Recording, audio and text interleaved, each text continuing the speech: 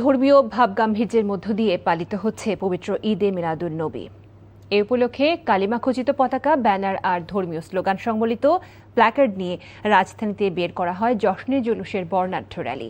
মহানবী হযরত মুহাম্মদ সাল্লাল্লাহু আলাইহি ওয়াসাল্লামের প্রতি ভালোবাসার পাশাপাশি তার দেখানো শান্তি, মানবিকতা ও ইনসাফের আদর্শ অনুসরণের আহ্বান জানান আয়োজকরা। এ নিয়ে বিস্তারিত দেখুন নাহিদ প্রিন্সের রিপোর্টে।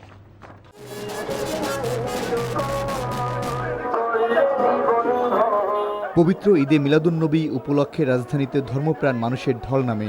সময় বাড়ার সাথে সাথে জশ্নে জুলুসের মিছিল বের হয় মতিঝিল, শাহবাগ, প্রেস ক্লাব, ধানমন্ডি ও মিরপুরের সড়কগুলোতে। পুরো রাজধানী জুড়ে শিশু থেকে বয়োজ্যেষ্ঠ সব বয়সী মানুষের অংশগ্রহণে রঙিন হয়ে ওঠে ঈদে মিলাদুন্নবীর আয়োজন।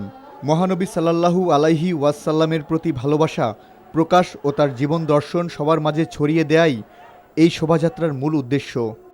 ওনার আগমনের দিন আমরা খুশিতে আনন্দে পবিত্র ঈদে মিলাদুন্নবী পালন করি, জুলাস করি। আমরা ঈদেও এত খুশি হই না। আজকে আমাদের রাসূল সাল্লাল্লাহু আলাইহি ওয়াসাল্লামের জন্মদিন, আজকে আমাদের মনটা অত্যন্ত খুশি। আমরা চাই বিশ্বের সকল মানুষরাই এই দিনটি উদযাপন করুক। পতাকা, ব্যানার হাতে বর্ণাঢ্য র্যালিতে অংশ নেন হযরত মুহাম্মদ সাল্লাল্লাহু আলাইহি ওয়াসাল্লামের আশেকানরা। পরে সোহরাওয়ার্দী উদ্যানে আন্তর্জাতিক শান্তি সমাবেশে যোগ দেন দেশি বিদেশি অতিথিরা। মুসলিম উম্মার শান্তি কামনায় দোয়াও করেন তারা। যেহেতু আমরা আনন্দ শোভাযাত্রা একটা লক্ষ্য নিয়ে উদযাপন করছি, এই জন্য আমাদের আনন্দ লাগছে। কেননা লক্ষ্যহীন, উদ্দেশ্যহীন আনন্দ শোভাযাত্রা বা কোনো প্রোগ্রাম কখনো সফল হয় না। আমাদের দেশে সালাফি ওয়াহাবি মুক্ত একটি শান্তিপ্রিয় দেশ যেন সরকার গঠন করে। 570 খ্রিস্টাব্দে জন্ম নেয়া মহানবী সাল্লাল্লাহু আলাইহি ওয়াসাল্লাম 40 বছর বয়সে নবুয়াত লাভ করেন এবং 23 বছর বয়সে প্রচার করেন ইসলামের শান্তির বার্তা। শোভাযাত্রা থেকে তার দেখানো দয়া, সহনশীলতা ও মানবিকতার শিক্ষা সমাজে প্রতিষ্ঠার আহ্বান জানানো হয়। গণতন্ত্রের যে মৌলিক দিকগুলো, যে সব মানুষের অধিকার, সব মানুষের স্বাধীনতা, সব মানুষের প্রতিনিধিত্ব, নির্বাচিত সরকার, জবাবদিহিমূলক সরকার, এটা আমাদের প্রিয়নবী দান করেছে। দয়াময় প্রাণাদি প্রিয়নবী সাল্লাল্লাহু আলাইহি ওয়াসাল্লাম এবং আল্লাহ তাআলার দেওয়া যেই জীবন জগৎ, সেই জীবন জগতের কাঠামো হবে মানবতার জগৎ। আয়োজকদের দাবি, মহানবী সাল্লাল্লাহু আলাইহি ওয়াসাল্লামকে নিয়ে যে কোনো কটূক্তির বিরুদ্ধে নিতে হবে দৃষ্টান্তমূলক আইনি ব্যবস্থা। আয়োজন শেষ হয় সমাজে শান্তি এবং রাষ্ট্রে নবীজির ন্যায় ও ইনসাফের আদর্শ অনুসরণের প্রত্যয় নিয়ে। Nahid Prince, NTV news, Dhaka. এদিকে সারা দেশে ধর্মীয় ভাবগাম্ভীর্যের মধ্য দিয়ে পালিত হচ্ছে পবিত্র ঈদে মিলাদুন্নবী।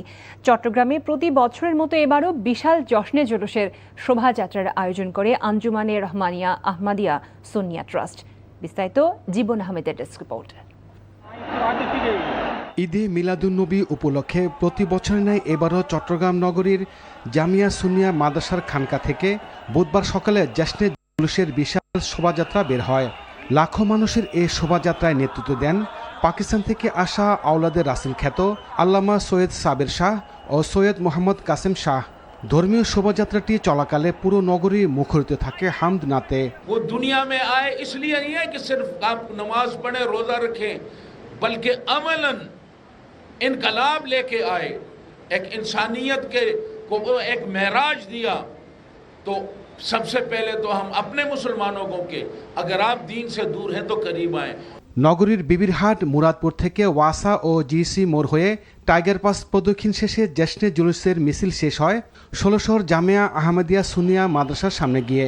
আঞ্জুমানের রহমানিয়া সুন্নিয়া ট্রাস্ট 1974 সাল থেকে এ ধরনের আয়োজন করে আসছে বলে জানান আয়োজকরা।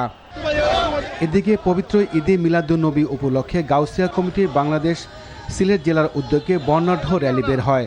বিভিন্ন শ্রেণী পেশার মানুষ এতে অংশ নেয়। নারায়ণগঞ্জে ঈদে মিলাদুন্নবী উপলক্ষে সকালে শহরের নগর ভবন সংলগ্ন বাইতুল ইজ্জত জামে মসজিদ সামনে থেকে বের হয় জশ্নে জুলুসের র্যালি। শহরের প্রধান প্রধান সড়ক প্রদক্ষিণ শেষে র্যালিটি পুনরায় নগর ভবনের সামনে গিয়ে শেষ হয়। এছাড়া মুন্সিগঞ্জ, মানিকগঞ্জ, নাটোর, বান্দরবান, খাগড়াছড়ি, মেহেরপুর সহ সারা দেশে পালিত হচ্ছে পবিত্র ঈদে মিলাদুন্নবী। জীবন আহমেদ, এনটিভি নিউজ ডেস্ক। ঢাকায় সংক্ষিপ্ত যাত্রা বিরতি করেছেন ভুটানের রাজা জিগমে খেসার নামগে ওয়াংচুক। হজরত শাহজালাল আন্তর্জাতিক বিমানবন্দরে তাকে স্বাগত জানান রাষ্ট্রপতি মির্জা ফখরুল ইসলাম আলমগীর। ভুটানের রাজাকে বহনকারী একটি বিশেষ বিমান সিঙ্গাপুর থেকে ভুটান যাওয়ার পথে ভোরে 1 ঘণ্টার যাত্রা বিরতি করে। ভিভিআইপি টার্মিনালে অবস্থানকালে তার সঙ্গে সৌজন্য সাক্ষাৎ করেন রাষ্ট্রপতি। ভুটানের রাজাকে সুবিধামতো সময়ে বাংলাদেশ সফরের আমন্ত্রণ জানান রাষ্ট্রপতি মির্জা ফখরুল ইসলাম আলমগীর। জবাবে ভুটানের রাজাও রাষ্ট্রপতি ও প্রধানমন্ত্রী তারেক রহমানকে তার দেশ সফরের আমন্ত্রণ জানান। নতুন রাষ্ট্রপতিকে শুভেচ্ছা ও অভিনন্দন জানান ভুটানের রাষ্ট্রপ্রধান।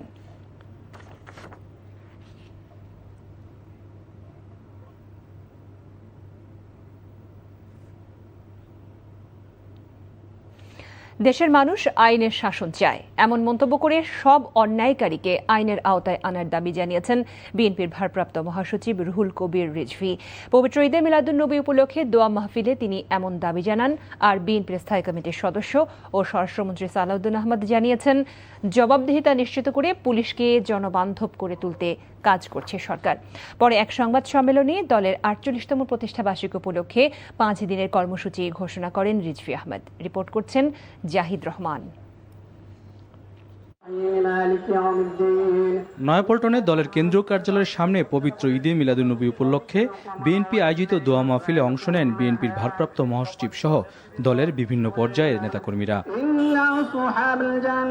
এ সময় রুহুল কবির রিজভী বলেন, শান্তিময় দেশ গঠনে মাদক সহ সকল অপরাধ নির্মূল চায় জনগণ। মাদকের প্রভাব থাকবে না।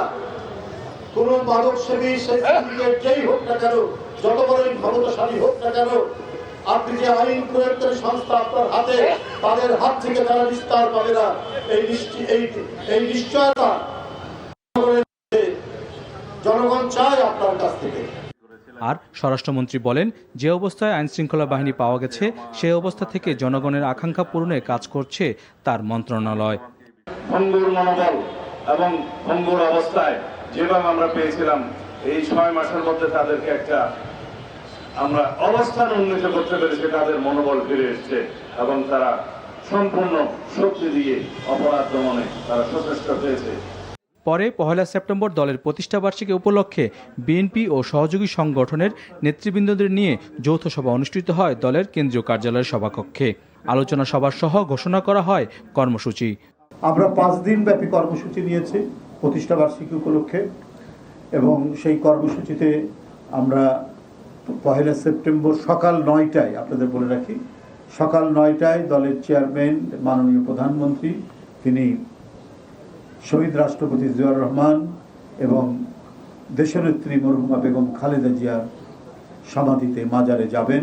সেখানে প্রথমে ফাতিহা পাঠ করবেন, পুষ্পস্তবক অর্পণ করবেন। বিএনপি সবসময় জনগণের কাছে আস্থার পরিচয় দিয়েছে বলেই ষড়যন্ত্র সত্ত্বেও দলটি ব্যাপক জনপ্রিয় বলে জানানো হয় সংবাদ সম্মেলনে। Zahid Rahman, NTV news, Dhaka. এখনও ফ্যাসিস্ট পুনর্বাসনের চেষ্টা চলছে দাবি করে বিরোধিতার জন্য বিরোধিতা না করে রাষ্ট্র পরিচালনার রোডম্যাপ তৈরিতে সবাইকে সহায়তার আহ্বান জানিয়েছেন আইনমন্ত্রী মোহাম্মদ আসাদুজ্জামান।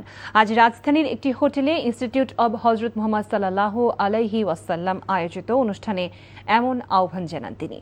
পবিত্র ঈদে মিলাদুন্নবী উপলক্ষে আয়োজিত এই অনুষ্ঠানে দৃষ্টি প্রতিবন্ধী ও তৃতীয় লিঙ্গের ব্যক্তিদের প্রতিভা অন্বেষণ প্রতিযোগিতার পুরস্কার তুলে দেন আইনমন্ত্রী। তিনি বলেন, দেশকে গণতন্ত্র আইনের শাসনের স্বাদ দিতে এমন একটা দেশ গড়ার দিকে যেতে হবে যাতে ফ্যাসিজম আর ফিরে না আসে। তারা এখনো ফ্যাসিস্ট পুনর্বাসনের জন্য চেষ্টায় আছেন। আমরা বলবো, আপনারা যে যেখানেই থাকুন, চোখ খুলুন। আমরা যদি অপরাধ করে আমাদের চোখে আঙুল দিয়ে দেখিয়ে দেন, আমরা যদি আমাদের দায়িত্ববোধের জায়গা থেকে কাজ করি, তাহলে হয়তো বাংলাদেশ একদিন সুকান্তের ভাষায় শিশুর বাসযোগ্য ভূমি হিসাবে গড়ে উঠবে। আর যদি ব্যর্থ হই, তাহলে হেলাল হাফিজের ভাষায় আমরা উত্তর পুরুষের ভীরুকা পুরুষের উপমা হয়ে থাকব। 1 মাসের ব্যবধানে আবারও পাহাড়ি ঢলে ক্ষতিগ্রস্ত হয়েছে পার্বত্য জেলা খাগড়াছড়ির নিচু এলাকা। পানি নেমে যাওয়ার পরও ফুটে উঠেছে দুর্গত অঞ্চলের ক্ষয়ক্ষতির চিত্র। মাটির ঘর, ফসলি জমি, গ্রামীণ সড়ক, সবই ক্ষতিগ্রস্ত হয়েছে। সরকারি সহায়তা ও পুনর্বাসনের দাবি জানিয়েছেন সর্বস্ব হারানো মানুষ।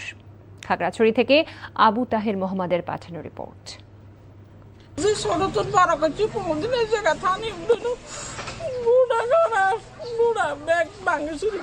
সবশেষ বন্যার ভয়াবহতার চিত্র এভাবে তুলে ধরছিলেন জামতলী গ্রামের আয়েশা আক্তার।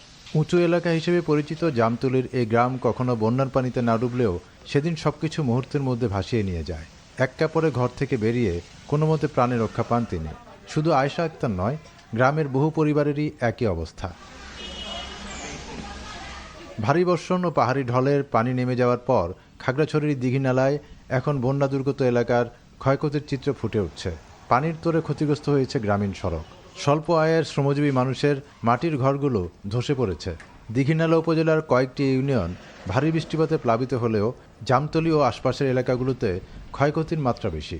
খেলায় পানি উঠে তখন উঠে দেখি যে ঘর ভাঙ্গা যাইতেছে, আমরা নিজের জীবন নিয়ে বাইরে গেছি। দেখতেছি ঘর ভাঙা শুরু হয়েছে, ঘর ভাঙতে ভাঙতে শেষ, জিনিসপত্র একটু ঠিক বাইর করতে পারি নাই, জিনিসপত্র তো চলে গেছে সবগুলো। দিনে ওলা থাকতে পারি, রাত্রেও থাকতে পারি না, মানুষ বাড়িতে থাকুন লাগায়। প্রশাসনের পাশাপাশি স্থানীয় বিত্তবানদের সহায়তায় বন্যা দুর্গত মানুষের জন্য খাবারের ব্যবস্থা করা হয়েছে। যাদের বাড়িঘর ডুবে আছে, রান্না বান্না করতে পারতেছে না, অনেক ক্ষতিগ্রস্ত হয়েছে আমাদের এলাকা। তো আমরা আমাদের যুব সমাজের উদ্যোগে আমাদের ভাই ব্রাদার যারা আছে তারাও টাকা পয়সা আমাদেরকে সহযোগিতা করছে। ঠিক কি পরিমাণ ক্ষয়ক্ষতি হয়েছে অ্যাসেসমেন্টের কাজ এখনো চলমান। কাজটি শেষ করা হলে সরকারি যে বরাদ্দটা আসবে, এই বরাদ্দটা আমরা ক্ষতিগ্রস্ত পরিবারের মাঝে আমরা এটা বিতরণ করব। পাহাড়ি ঢল ও অতিবৃষ্টিতে এক রাতেই যেসব পরিবার সর্বস্ব হারিয়েছে তাদের কাছে এখন সরকারি সহায়তা ও পুনর্বাসনই একমাত্র ভরসা। খাদ্য ও আর্থিক সহায়তার পাশাপাশি বিধ্বস্ত ঘরবাড়ি পুনর্নির্মাণে সরকারি সহায়তা চান ক্ষতিগ্রস্তরা। NTV news desk. গত 2 সপ্তাহ ধরে দরপতনের বৃত্তে আটকে আছে দেশের পুঁজিবাজার। শেষ 10 কার্যদিবসের মধ্যে 9 দিনই কমেছে সূচক। গতকাল মঙ্গলবার ডিএসইতে মোট 506 কোটি 71 লাখ টাকার শেয়ার লেনদেন হয়, যা বিগত 5 মাসের মধ্যে সর্বনিম্ন। দীর্ঘ মন্দা কাটিয়ে জাতীয় নির্বাচনের পর ঢাকা স্টক এক্সচেঞ্জ ডিএসইর সূচক 5,900 পয়েন্ট ছাড়িয়ে গিয়েছিল। তবে হঠাৎ করে গত 9 কর্মদিবসে 250-র বেশি পয়েন্ট হারিয়ে ডিএসইর প্রধান সূচক দাঁড়িয়েছে 5,540-এ। পুঁজিবাজারের টানা দরপতনের প্রতিবাদে মঙ্গলবার মানববন্ধন করে ডিএসইর ব্যবস্থাপনা পরিচালক এবং আইসিবি চেয়ারম্যানের অপসারণের দাবি করেছে বিনিয়োগকারীরা। তবে বাজারের দরপতনের পেছনে চলমান গ্যাস ও বিদ্যুৎ সংকটে শিল্প কারখানায় উৎপাদন ব্যাহত হওয়াকে দায়ী করছেন বাজার বিশ্লেষকরা। বিভিন্ন ইন্ডাস্ট্রিগুলো সাফার করতেছে, এতে মানুষের একটা আস্থার সংকট দেখা দিচ্ছে। 2 নম্বর হলো যে ব্যাংকগুলো অবস্থা তেমন ভাবে পায় নাই, তার জন্য মানুষ একটু আস্থাহীন হয়েছে। এটার জন্য নার্ভাস হওয়ার মতো কিছু দেখতেছি না আমি। এই আগামী কয়েকদিন আমাদের মার্কেট আবার আমার মনে হয় টার্ন নেবে। জেদ্দা থেকে চট্টগ্রামগামী বিমান বাংলাদেশ এয়ারলাইন্সের একটি ফ্লাইটে অসুস্থ হয়ে এক যাত্রী মারা গেছেন। সকালে জেদ্দা থেকে ছেড়ে আসা বিমানের BG 136 ফ্লাইটে অসুস্থ হন চট্টগ্রামের যাত্রী সানোয়ারা বেগম। শাহ আমানত বিমানবন্দর কর্তৃপক্ষ জানায়, ফ্লাইটটি ওড়ার পর সানোয়ারা বেগম অসুস্থ হয়ে পড়েন। এ সময় ফ্লাইটটি মাস্কাট অবতরণ করে এবং তাকে স্থানীয় একটি হাসপাতালে নিয়ে গেলে চিকিৎসক তাকে মৃত ঘোষণা করেন। মরদেহ দূতাবাসের মাধ্যমে বাংলাদেশে পাঠানো হবে, জানিয়েছে বিমানবন্দর কর্তৃপক্ষ। আজ ফুলবাড়ী ট্র্যাজেডি দিবস। এই দিনে উন্মুক্ত পদ্ধতির কয়লা খনির বিরুদ্ধে দিনাজপুরে বহুজাতিক কোম্পানি এশিয়া এনার্জির কার্যালয় ঘেরাও কর্মসূচিকে ঘিরে রক্তাক্ত হয় জনপদ। দিবসটি উপলক্ষে পালিত হচ্ছে নানা কর্মসূচি। সকালে ফুলবাড়ির নিমতলা মোড় থেকে বের হওয়া শোক র্যালিটি প্রধান সড়ক প্রদক্ষিণ করে। পরে স্মৃতিস্তম্ভে ফুল দিয়ে শ্রদ্ধা জানানো হয়। র্যালিতে তেল, গ্যাস, খনিজ সম্পদ ও বিদ্যুৎ বন্দর জাতীয় রক্ষা কমিটির সদস্য সচিব অধ্যাপক আনু মোহাম্মদ ছাড়াও সম্মিলিত পেশাজীবী সংগঠন এবং নানা শ্রেণী পেশার মানুষ অংশ নেন। পরে নিমতলা মোড়ে সমাবেশে অনুষ্ঠিত হয়। ফুলবাড়িতে খনি আন্দোলনের 20 বছর পেরিয়ে গেলেও এখনও 6 দফা পূরণ না হওয়ায় হতাশা প্রকাশ করেন আনু মোহাম্মদ। উত্তরবঙ্গে একটা ধ্বংসযজ্ঞ করে পানি সম্পদ, আবাদি জমি, জনবসতি ধ্বংস করে আবার সেই কয়লার দিকে তাদের নজর। আমরা দাবি করব যে সরকারের এই অবস্থান যেন অবিলম্বে প্রত্যাহার করা হয় বক্তব্য, এবং ফুলবাড়ী চুক্তির পূর্ণ বাস্তবায়ন হয়। এতে যদি না হয় তাহলে এই বছরের মধ্যেই অনেকগুলো বড় কর্মসূচি হবে।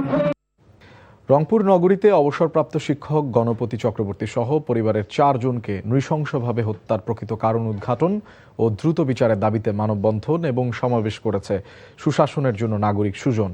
দুপুরে রংপুর প্রেস ক্লাবের সামনে অনুষ্ঠিত এই কর্মসূচিতে সুজনের সাথে আরও কয়েকটি সংগঠন যোগ দেয়।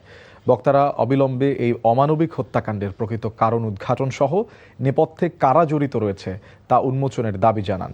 গেল 22 আগস্ট নগরীর মাছুয়াপাড়ার বাড়ি থেকে স্কুল শিক্ষক গণপতি চক্রবর্তী সহ পরিবারের 4 জনের লাশ উদ্ধার করে পুলিশ। এ ঘটনায় সিদ্ধার্থ দাস ও মুগ্ধ দাসকে গ্রেফতার করা হয়। পবিত্র ঈদে মিলাদুন্নবী সাল্লাল্লাহু আলাইহি ওয়াসাল্লাম উপলক্ষে সরকারি ছুটিতে বন্ধ রয়েছে বেনাপোল, হিলি সহ বিভিন্ন স্থলবন্দরের আমদানি রপ্তানি কার্যক্রম। আগামীকাল সকাল থেকে পুনরায় আমদানি রপ্তানি সহ কাস্টমস ও বন্দরের সকল কার্যক্রম শুরু হবে বলে জানিয়েছে কর্তৃপক্ষ। আজ আমদানি রপ্তানি কার্যক্রম বন্ধ থাকলেও বন্দর দিয়ে দুদেশের পাসপোর্ট যাত্রী চলাচল অন্যান্য দিনের মতোই স্বাভাবিক রয়েছে।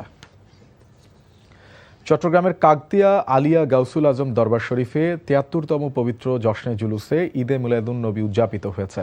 চট্টগ্রাম বিশ্ববিদ্যালয়ের সিনেট সদস্য এবং মুনিরিয়া যুব তাবলিগ কমিটি বাংলাদেশের মহাসচিব প্রফেসর ডক্টর মোহাম্মদ আবুল মনসুরের সভাপতিত্বে মাহফিলে বক্তব্য রাখেন প্রফেসর ডক্টর জালাল আহমেদ।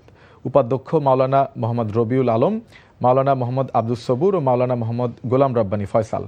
এদিকে চট্টগ্রামের হাটহাজারী ছিপাতলা আলিয়া মাদ্রাসা প্রাঙ্গণ থেকে উত্তর মিলাদুন্নবী সাল্লাল্লাহু আলাইহি ওয়াসাল্লাম অনুষ্ঠিত হয়েছে।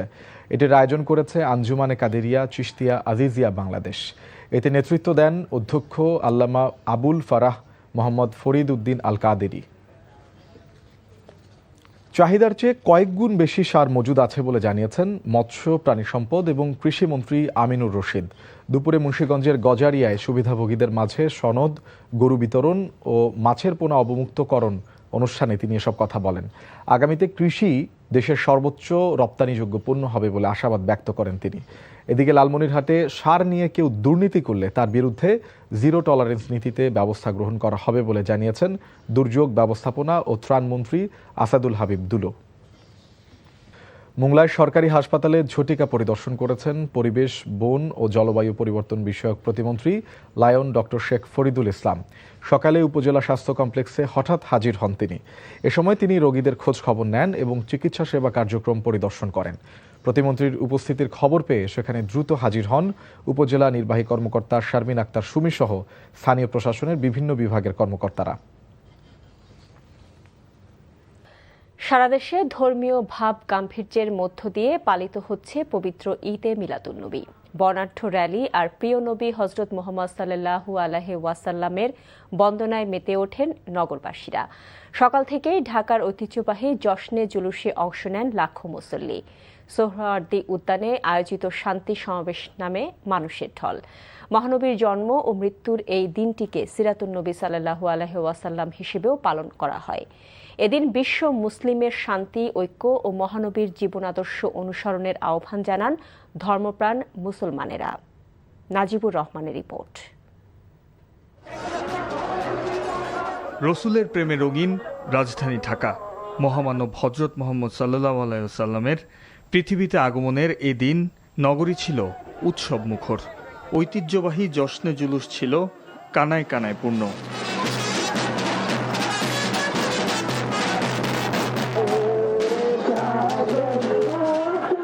রাজধানী ঢাকার বিভিন্ন প্রান্ত থেকে আসা উৎসবের মিছিল মিলিত হয় সোহরাওয়ার্দী উদ্যানে, যেখানে যোগ দেন লাখো মুসল্লি।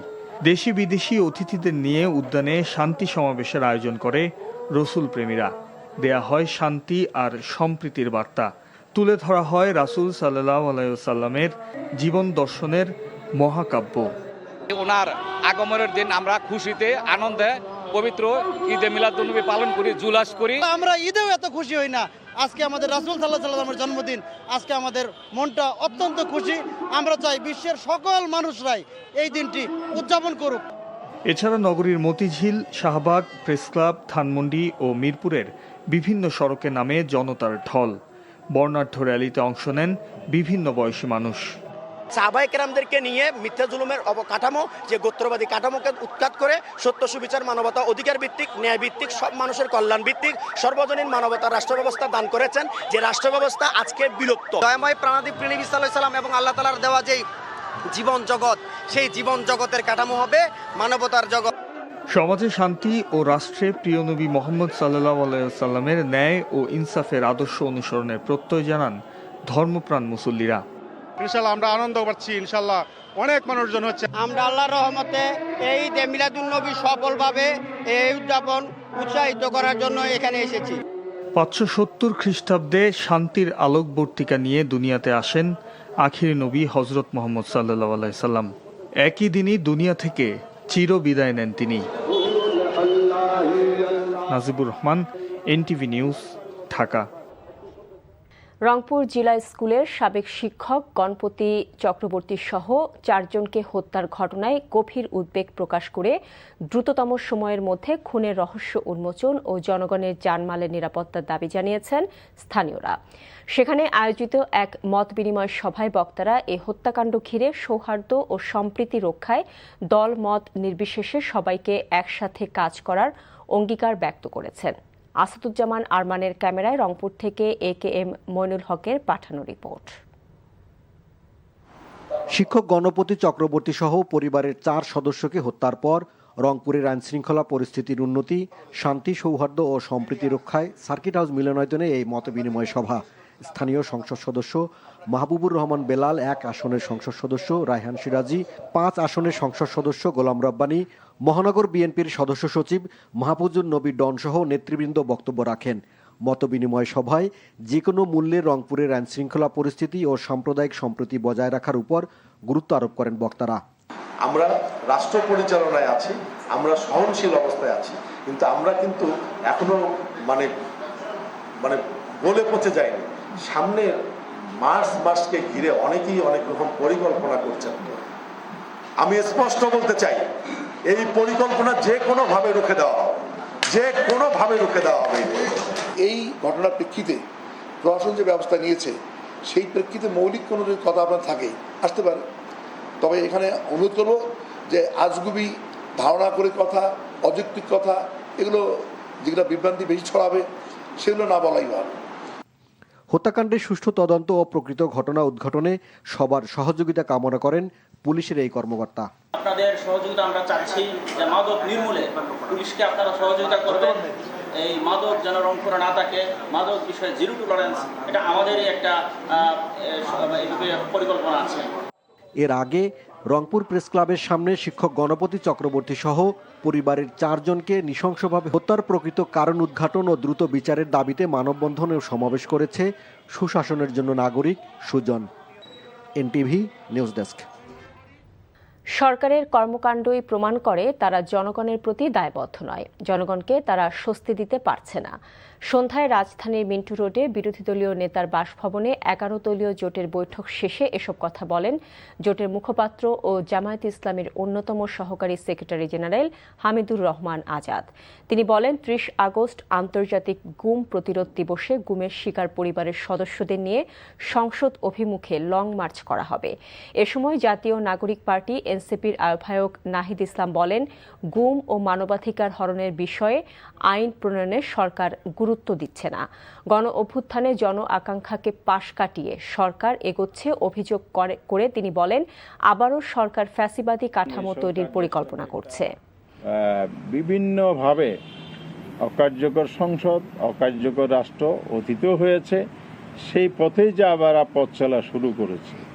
এই কনসার্ন, উদ্বিগ্নতা সবকিছু নিয়ে আজকে পুরো দেশবাসীকে ঐক্যবদ্ধ করে আমরা এখান থেকে নাজাত এবং মুক্তি পাওয়ার পথ খুঁজছি। সেই জন্য আমরা সংগ্রাম আন্দোলনে এখনো আছি, অব্যাহত রাখবো ইনশাআল্লাহ। সংস্কার তারা করতে দিবে না, কারণ তারা একই ধরনের ক্ষমতা ভোগ করতে চায় যেটা আওয়ামী লীগ সরকার ক্ষমতা ভোগ করেছিল। সে একই ধরনের চরিত্র তাদের মধ্যেও আছে বলেই তারা হয়তো ফ্যাসিবাদ বিরোধী আন্দোলনে আমাদের সাথে ছিল, কিন্তু তাদের লক্ষ্য আর আমাদের লক্ষ্য আসলে এক ছিল না। আমাদের লক্ষ্য ছিল দেশের গণতান্ত্রিক রূপান্তর, নতুন বন্দোবস্ত প্রতিষ্ঠা করা। তাদের লক্ষ্য ছিল ক্ষমতায় যাওয়া। সে কারণে তারা শেখ হাসিনাকে উৎখাত করতে চায়। ত্রয়োদশ জাতীয় সংসদের তৃতীয় অধিবেশন বসছে কাল। স্পিকার হাফিজউদ্দিন আহমেদের সভাপতিত্বে বেলা ৩টায় অধিবেশন শুরু হওয়ার কথা রয়েছে। এর আগে কার্য উপদেষ্টা কমিটির বৈঠকে এই অধিবেশনের সময়কাল নির্ধারণ করা হবে। সাধারণত বছরের এই সময়ে ডাকা সংসদের অধিবেশন দীর্ঘ হয় না। এই অধিবেশনে গুম প্রতিরোধ ও প্রতিকার আইন ও জাতীয় মানবাধিকার কমিশন আইন সহ কয়েকটি বিল উত্থাপন হতে পারে। ত্রয়োদশ সংসদের দ্বিতীয় অধিবেশন শেষ হয় 15 জুলাই। ওই অধিবেশনে 2026-27 অর্থ বছরের বাজেট ছাড়াও একাধিক বিল পাশ হয়। গঠিত হয় সংবিধান সংশোধনের বিশেষ কমিটি সহ 15টি কমিটি। ল্যাবরেটরি পরীক্ষায় বাংলাদেশ মান অনুযায়ী নির্ধারিত মানদণ্ড পূরণে ব্যর্থ হওয়ায় বম্বে সুইটসের মশলা এবং বাঘাবাড়ি ঘি সহ 10টি পণ্য বাজার থেকে প্রত্যাহারের নির্দেশ দিয়েছে Bangladesh standards and testing institution BSTI। গণমাধ্যমে পাঠানো এক সংবাদ বিজ্ঞপ্তিতে এ তথ্য জানানো হয়েছে। নিম্নমানের এসব পণ্য কেনা থেকে বিরত থাকতে ভোক্তাদের পরামর্শ দিয়েছে সংস্থাটি। পাশাপাশি এসব পণ্যের জন্য BSTI এর দেওয়া লাইসেন্স কেন বাতিল করা হবে না সে বিষয়ে কারণ দর্শানোর নোটিশ দিয়েছে সংস্থাটি। বাজার থেকে প্রত্যাহারের নির্দেশের তালিকায় রয়েছে বম্বে সুইটস ব্র্যান্ডের কালাভুনা মশলা, মাছের মশলা, তেহারি মশলা, হাঁসের মাংসের মশলা এবং গরুর মাংসের মশলা। এছাড়া রয়েছে বাঘাবাড়ি প্রিমিয়াম ঘি, সিটি স্পেশাল ঘি, নিউ রাধুনী গাওয়া ঘি, অরুণ বাঘাবাড়ি গাওয়া ঘি এবং এল্ডার্স বাটার অয়েল।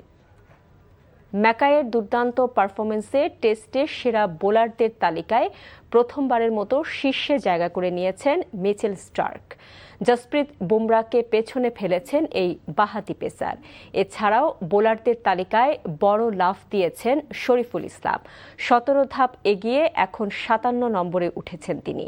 উন্নতি হয়েছে মুশফিকুর রহিম, মেহেদি হাসান মিরাজদের। ব্যাটারদের র্যাঙ্কিংয়ে সেরা 5-এ কোনো পরিবর্তন নেই। বাংলাদেশের ব্যাটারদের মধ্যে এক ধাপ এগিয়ে এখন 17 নম্বরে মুশফিক। নিজের 20 নম্বর জায়গায় ধরে রেখেছেন নাজমুল হোসেন শান্ত।